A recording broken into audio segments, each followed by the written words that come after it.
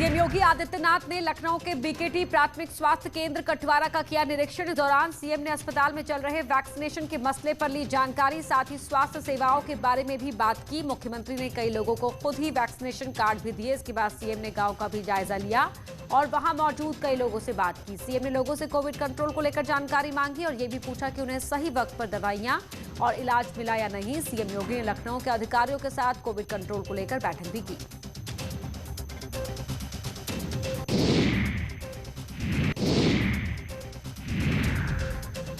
प्रदेश में Covid control की लगातार समीक्षा कर रहे हैं। इसे लेकर सीएम योगी जिलों के दौरे कर व्यवस्थाओं का जायजा ले रहे हैं। आज सीएम योगी ने लखीमपुर खीरी में कोविड कमांड सेंटर का निरीक्षण किया और कोरोना से निपटने के उपायों के इंतजाम को देखा। सीएम योगी ने जिला अस्पताल का दौरा किया और अधिकारियों से जिले में कोरोना के हालात का जायजा लिया। इस मौके पर उन्होंने कहा कि अब ग्रामीण क्षेत्रों में वैक्सीन लगवाने के लिए रजिस्ट्रेशन की सुविधा आसान की जा रही है। साथ ही सीएम योगी ने कहा कि कोरोना संकट के इस दौर में जीवन और जीविका दोनों ही बचाने का लक्ष्य है। कोरोना के खिलाफ लड़ाई पूरे देश की लड़ाई है और एक जागरूक नागरिक होने के नाते हमारा दायित्व बनता है एक एक व्यक्ति की जान को बचाना। जिन लोगों की जीविका प्रभावित हुई है, स्ट्रीट वेंडर हैं, रिक्शा, ई रिक्शा, ठेला खोमचा लगाने वाले, नाविक हैं, धोबी है, नाऊ है, मोची है, माली है, हलवाई है या और भी अन्य ऐसे लोग जो प्रतिदिन कमाने वाले लोग थे, इनकी आजीविका प्रभावित हुई है, उनको भरण पोषण भत्ता हम जून में देने की कार्रवाई कर रहे हैं। लखीमपुर खीरी में सीएम योगी ने सदर कोतवाली के आधा चाट गांव का दौरा किया। सीएम योगी ने यहां ग्रामीणों से बात कर गांव में प्रशासन, स्वास्थ्य विभाग के उठाए कदमों के बारे में जाना। मुख्यमंत्री ने लोगों से पूछा कि आप लोगों को दवाइयां मिल रही हैं या नहीं, स्वास्थ्य विभाग के अफसर गांव में आ रहे हैं या नहीं। साथ ही सीएम योगी ने लोगों को कोरोना वायरस से सतर्क रहने को कहा। सीएम ने कहा कि अगर किसी में बुखार, जुकाम और खांसी के लक्षण दिखाई दे तो स्वास्थ्य विभाग से संपर्क करे। इसके अलावा अगर गाँव में कोई बाहरी शख्स आता है और उसमें कोरोना संबंधी कोई लक्षण दिखाई दे या स्वास्थ्य संबंधी कोई परेशानी हो तो ग्राम प्रधान को इसकी सूचना दे। सीएम योगी ने कहा कि कोरोना का सबसे महत्वपूर्ण इलाज मास्क का इस्तेमाल और 2 गज की दूरी है। साथ ही जरूरी दवाइयों का भी इस्तेमाल करें। सीएम योगी ने सभी ग्रामवासियों को वैक्सीन लगवाने के लिए भी प्रेरित किया। पीएम मोदी ने आज वाराणसी में डॉक्टर्स और पैरामेडिकल स्टाफ से वीडियो कॉन्फ्रेंसिंग के जरिए संवाद किया। इस मौके पर उन्होंने सीएम योगी की तारीफ की और कहा कि सीएम योगी के प्रयासों से ही पूर्वांचल में दिमागी बुखार कंट्रोल में आया। साथ ही पीएम मोदी ने कोरोना से संक्रमित लोगों के इलाज के लिए जहां बीमार वहीं उपचार का मंत्र दिया। पीएम मोदी ने कोरोना के इलाज में योगी के महत्व को भी बताया। साथ ही टेलीमेडिसिन द्वारा इलाज पर भी जोर दिया और सभी लोगों से वैक्सीन लगवाने की अपील भी की। पीएम मोदी ने वाराणसी के डॉक्टर्स और स्वास्थ्य कर्मियों की तारीफ की। आपकी इस तपस्या से बनारस ने जिस तरह इतने कम समय में खुद को संभाला है, आज पूरे देश में उसकी चर्चा हो रही है।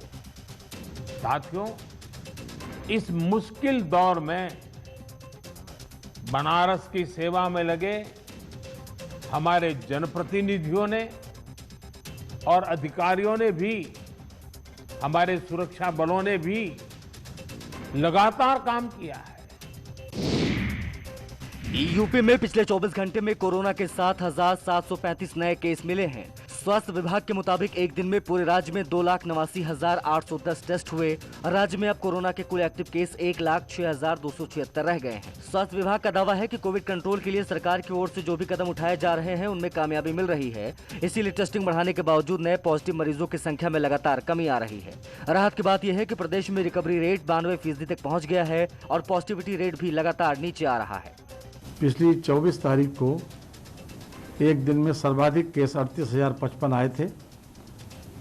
आज मुझे कहते हुए इस बात की प्रसन्नता है कि आज के दिन मात्र 7,735 केस आए हैं। ये अपने आप में कितना बड़ा डिक्लाइन शो करता है। कानपुर में न्यूज 18 की खबर का बड़ा असर देखने को मिला है। न्यूज 18 पर खबर चलने के बाद ब्लैक फंगस पीड़ित मरीज को अस्पताल प्रशासन ने मुफ्त में इंजेक्शन उपलब्ध कराया है। पीड़ित की पत्नी ने गरीबी के चलते इंजेक्शन खरीदने में असमर्थता जताई थी। वो लोगों की मदद से 12,000 की कीमत के कई इंजेक्शन खरीद चुकी है। अपनी आर्थिक स्थिति का हवाला देते हुए उसने अस्पताल और जिला प्रशासन से इंजेक्शन उपलब्ध कराने की गुहार लगाई थी, लेकिन अब महिला के पति को इंजेक्शन उपलब्ध करा दिए गए हैं। वहीं हाईलाइट अस्पताल में मरीज का ऑपरेशन भी किया जा रहा है। कोई पॉजिटिव नहीं है और ऐसे ये जो इंजेक्शन है ये किडनी को बहुत जल्दी डैमेज करता है। तो हमारे इसी आज हमने जो कमेटी बनाई, म्यूकर जो टीम है उसमें हमने अपने किडनी स्पेशलिस्ट को रखा है, वो प्रॉपर मॉनिटरिंग करेंगे। दूसरा न्यूरो सर्जन है, अगर ब्रेन इन्वॉल्व नहीं है तो भी खतरा बढ़ जाते हैं। तो इनको इंजेक्शन उतना आसानी देना नहीं है, फिर भी हमारे यहाँ उनका पहले भी चल रहा है, कल हमने चला दिया, आज ऑपरेशन है, ऑपरेशन भी दिया है और ऑपरेशन के बाद जो सिचुएशन होगी फिर आपको। चक्रवाती तूफान टाउटे के चलते मौसम का मिजाज बदल गया है।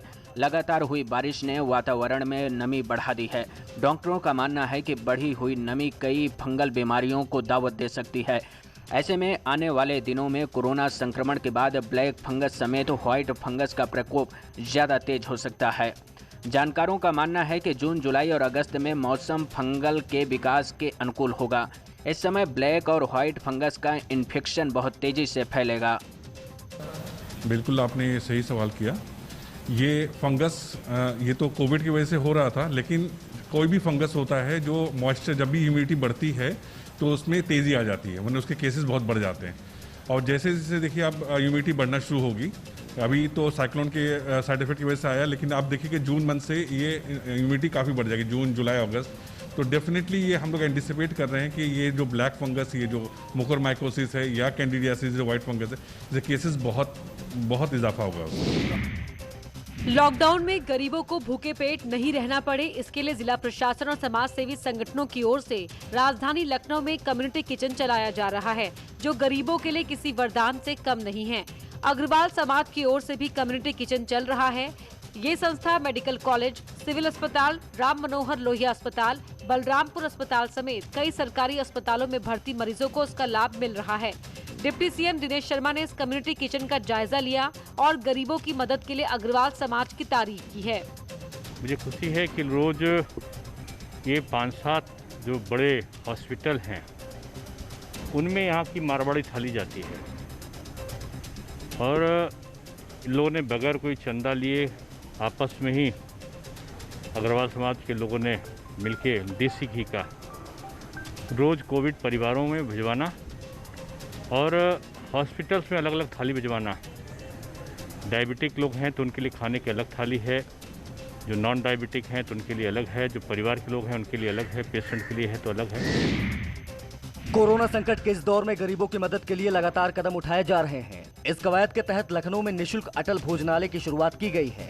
कानून मंत्री ब्रजेश पाठक ने भोजनालय की शुरुआत की है। लॉकडाउन में खाने के लिए परेशान हो रहे जरूरतमंदों को इस भोजनालय से खाना मुहैया कराया जाएगा। गरीबों, मजदूरों और बेघरों को इस भोजनालय के जरिए खाना दिया जाएगा। कोविड गाइडलाइन के मुताबिक यहाँ खाना देने का काम किया जाएगा। इसे अटल बिहारी फाउंडेशन की तरफ से चलाया जा रहा है। लखनऊ के गांधी भवन में निःशुल्क अटल भोजनालय चलाया जा रहा है। लखनऊ में कोविड के दौरान बहुत ढेर सारे ऐसे लोग हैं जो भोजन इनको समय से नहीं मिल पा रहा है या भोजन करने में समस्या हो रही है। तो श्रद्धेय अटल बिहारी वाजपेयी फाउंडेशन ने तय किया कि लखनऊ के ऐसे जो निसहाय लोग हैं, जो कोविड पीड़ित हैं, उनको भोजन निःशुल्क उपलब्ध कराया जाए। आज उसके लिए विधिवत भोजनालय का यहाँ पर प्रारंभ किया गया है। गौतम बुद्ध नगर में IIMT group of college greater Noida इस कोरोना काल में लोगों की मदद के लिए आगे आया है। ये संस्थान सभी कोविड पॉजिटिव या होम क्वारंटाइन परिवार के घर घर जाकर शुद्ध सात्विक भोजन पहुंचा रही है। तस्वीरों में दिख रहे इन डब्बों में पैक सब्जियां, चावल और सलाद किसी होटल में सर्व करने के लिए नहीं, बल्कि कोविड से जंग लड़ रहे संक्रमित मरीज और होम क्वारंटीन हो रहे परिजनों के पास उनके घर तक पहुंचाने के लिए पैक किया जा रहा है। एक तरफ जहां कोरोना जैसी महामारी के समय आपदा को अवसर बनाने वाले लोग पैसे कमाने के चक्कर में लोगों की जिंदगी के साथ खेल रहे हैं, वहीं IIMT ग्रुप कॉलेज लोगों की मदद कर रहा है। IIMT group of college greater Noida ने यह निश्चय लिया है कि कोरोना से पीड़ित ऐसे परिवार हैं जिनको की भोजन की व्यवस्था नहीं हो पा रही है और वो लोग इससे बहुत ज़्यादा दुखी हैं।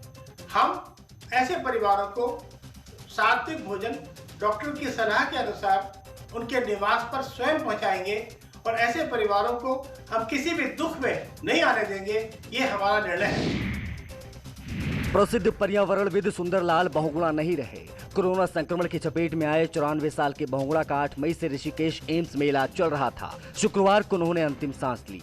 पीएम मोदी ने ट्वीट कर उन्हें श्रद्धांजलि दी है। पीएम मोदी ने लिखा है कि उनका निधन हमारे देश के लिए एक बड़ी क्षति है। मुख्यमंत्री तीरथ सिंह रावत ने पर्यावरणविद बहुगुणा के निधन पर गहरा शोक व्यक्त करते हुए इसे देश की अपूरणीय क्षति बताया है। सुंदरलाल बहुगुणा ने 1970 के दशक में चिपको आंदोलन को धार दी थी। देश दुनिया को उन्होंने वनों के संरक्षण के लिए प्रेरित भी किया था। बहुगुणा का नदियों, वनों और प्रकृति से बेहद गहरा जुड़ाव था। आदरणीय सुंदरलाल बहुगुणा जी अब हमारे बीच में नहीं है। मैं अपनी ओर से, अपने पूरे उत्तराखंड विधानसभा की ओर से उनको श्रद्धांजलि अर्पित करता हूँ। निश्चित रूप से ये अपूरणीय क्षति हम सबके लिए है। ये प्रदेश के लिए नहीं, पूरे देश के लिए बहुत बड़ी क्षति है। और जिस प्रकार से उन्होंने पर्यावरण क्षेत्र में बहुत बड़ा योगदान हमारे इस के लिए दिया, वो हमेशा याद आएगा। पंजाब के मोगा में भारतीय वायुसेना का MiG-21 लड़ाकू विमान क्रैश हो गया। इस दुर्घटना में मेरठ के गंगानहर के निवासी फाइटर पायलट अभिनव चौधरी की मृत्यु हो गई है। वे मूल रूप से बागपत के पुसार गांव के रहने वाले थे। परिवार लंबे समय से मेरठ में ही रह रहा था। ये खबर आते ही परिवार पर दुख का कहर टूट पड़ा, तो परिवार और अभिनव को जानने वाले घटना पर यकीन नहीं कर पा रहे हैं। 25 दिसंबर 2019 को ही अभिनव की शादी धूमधाम से मेरठ में हुई थी। हादसा मोगा के लुंगियाना खुर्द गाँव के पास हुआ और राजस्थान के सूरतगढ़ से विमान ने उड़ान भरी थी। भैया घटना मुझे नहीं पता घटना क्या हुई है। मुझे सुबह ही फोन आया उनके सीईओ का कि ऐसे प्लेन क्रैश हो गया। बस ये पता मुझे और कुछ नहीं पता क्या हुआ। यहाँ रुक रहे एक छोटे से ब्रेक के लिए।